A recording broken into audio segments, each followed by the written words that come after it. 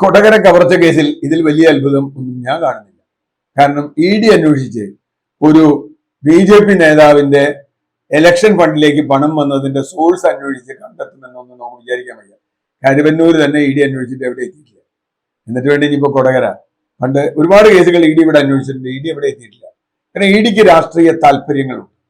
E ഡിയുടെ രാഷ്ട്രീയ താല്പര്യം ഇക്കാര്യത്തിൽ വളരെ വ്യക്തമാണ്. കേരള പോലീസ് ഇതിൽ വേണ്ടത്ര അന്വേഷണം നടത്തിയോ എന്നുള്ള കാര്യത്തിൽ എനിക്ക് മാത്രമല്ല തൃശൂർ സ്ഥാനാർത്ഥിയായിരുന്ന ഇടതുപക്ഷ LDF സ്ഥാനാർത്ഥി സുനിൽകുമാറിന് പോലും സംശയമുണ്ട്. അദ്ദേഹത്തിന്റെ ഒരു ബൈറ്റ് ഞാൻ കേട്ടു. പോലീസ് വേണ്ടത്ര ചെയ്തു പോകും. ഏതായാലും പണത്തിന്റെ സോഴ്സ് അന്വേഷിക്കാൻ ഇ ഡിക്ക് കഴിയില്ല. പിന്നെ ഇ ഡി എന്താ അന്വേഷിക്കുന്നത്? റോബറി കേസാണ്. റോബറി കേസ്, കൊള്ള കേസ് ഇതിനെ ഇ ഡി അന്വേഷിക്കുന്നത്. അതിലൂടെ പോലീസ് ഇല്ലേ?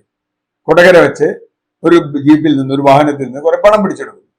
കുറെ ആളുകൾ തട്ടിക്കൊണ്ടുപോകുന്ന ആളുകൾ തട്ടിക്കൊണ്ടുപോയി എന്നതാണോ കേസ്? അങ്ങനെ എന്റെ പണം തട്ടിക്കൊണ്ടുപോയി എന്ന് പറഞ്ഞാൽ ഈ പണം എനിക്ക് എവിടെ നിന്ന് കിട്ടിയെന്ന് ചോദിക്കേണ്ട ജോലിയില്ലേ മിനിമമായിട്ട്? അതല്ലേ ഇ ഡി എന്ന് പറയുന്ന സ്ഥാപനത്തിന്റെ ഉദ്ദേശം. പക്ഷെ ഇ ഡി എന്ന സ്ഥാപനം അത് ചെയ്യില്ല. കാരണം ഇ ഡി കേരളത്തിനകത്തെങ്കിലും മറ്റൊരു സ്ഥലങ്ങളിൽ എന്ന പോലെ കേരളത്തിനകത്തും അവർ പക്ഷപാതപരമായാണ് പെരുമാറുന്നത്. ഹൈക്കോടതി ഒരു മാസത്തിനകത്ത് കുറ്റപത്രം സമർപ്പിക്കുമെന്ന് പറഞ്ഞു. അപ്പൊ കുറ്റപത്രം എങ്ങനെയായിരിക്കണം എന്ന് പറയാൻ ഹൈക്കോടതിക്ക് അവകാശമില്ല. കാരണം അത് അന്വേഷണ ഉദ്യോഗസ്ഥരുടെ പ്രറോഗേറ്റീവാണ്. പക്ഷെ എന്താ ചോദ്യം? ഈ പണം എവിടെ നിന്ന് വന്നു എന്നാ. കർണാടകയിലെ ഒരു രാഷ്ട്രീയ നേതാവിൽ നിന്നാണ് ഈ പണം വന്നതെന്നും കേരളത്തിലെ BJP സ്ഥാനാർത്ഥികൾക്ക് ചെലവാക്കാൻ വേണ്ടി വന്ന വലിയ തോതിലുള്ള പണമാണെന്നും ഈ 60 ലക്ഷമൊന്നും അല്ല ഈ പൈസ എന്നും ഇത് വളരെ കൂടുതലുണ്ടായിരുന്നു, 3 കോടിയൊക്കെ ഉണ്ടായിരുന്നു എന്നൊക്കെ BJPയുടെ തന്നെ പഴയ ചില ആളുകൾ പറയുന്നു. അങ്ങനെ വരുമ്പോൾ ഇതിൽ ഒരിക്കലും സത്യം തെളിയാൻ പോകുന്നില്ല. കേരള പോലീസിനും ഇതിൽ വലിയ താല്പര്യമൊന്നുമില്ല. കാരണം അതൊരു കൊടുക്കൽ വാങ്ങലാണ്. ഇവിടെ ഇ ഡി കുഴൽപ്പണ കേസ് പോയാൽ അവിടെ ലാവലിനുണ്ട്, മറ്റേ സ്വർണ്ണമുണ്ട്, കരുവന്നൂരുണ്ട്, ഇതൊക്കെ ആയിട്ട് വെച്ച് മാറി കളിക്കുകയാണ്. അതുകൊണ്ട് കുഴൽപ്പണ കേസ് എന്നെങ്കിലും തെളിയും എന്നൊരു പ്രതീക്ഷ എനിക്കില്ല. കാരണം അത് തെളിയിക്കേണ്ട ആവശ്യം ആർക്കാളുടെ? ജനങ്ങൾക്ക് ആവശ്യം ഉണ്ടാവും. പക്ഷെ അതുകൊണ്ട് കാര്യമില്ല. കേരള ഗവൺമെന്റിനും ഇല്ല, കേന്ദ്ര ഗവൺമെന്റിനും ഇല്ല.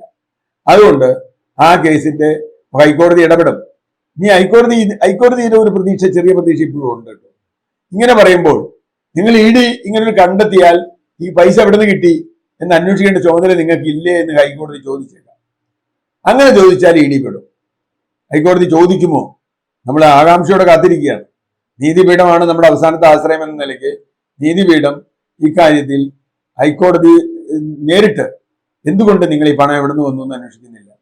എന്റെ കയ്യിൽ നിന്ന് പണം മോഷ്ടിച്ചുകൊണ്ടുപോയി എന്ന് ഞാൻ പറഞ്ഞാൽ ആ പണത്തിന്റെ സ്രോതസ് കാണിക്കാൻ ഞാൻ ബാധ്യസ്ഥനാണ്. അത് കാണിക്കണം എന്ന് നമ്മുടെ സാധാരണ നിയമമാണ്.